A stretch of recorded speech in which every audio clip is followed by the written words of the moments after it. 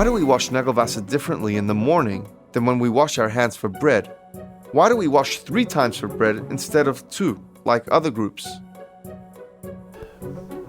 Hamaitzi is a halacha, and I'm not a rov, and I don't want to touch it. You really have to wash your hands only once for bread. That's the din. You wash it twice to wash off the first waters. Washing it a third time is mahadrin min hamahadrin. Negal Vasser is very, very different than washing for bread, because washing for bread is to remove tumah, a halachic concept of tumah, based on the principle that stam yadayim shniyas l'tumah. There's an assumption that your hands touched parts of your body they shouldn't have touched, and therefore your hands are unclean, and you may touch truma, and so on and so forth. So we wash our hands for bread. Once is enough.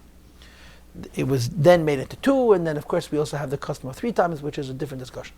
Negal Vasser is a spiritual thing. Negal Vasser has to do with the fact that sleep is echet mishisha b'misa. Sleep is quasi the opposite of life, and the way life exists in a person is at the place in the body where life leaves first is the extremities.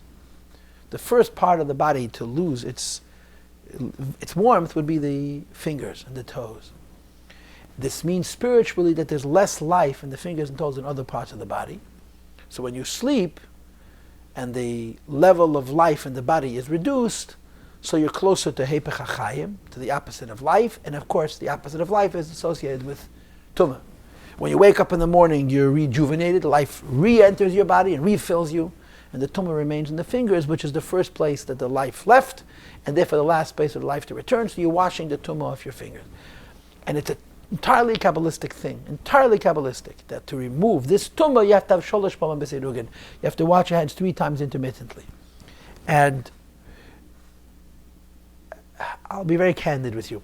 I gave a class on this a few years ago, and it's on my website, inside chasidus.org, in my tefillah section, and I'm going to ask you to visit.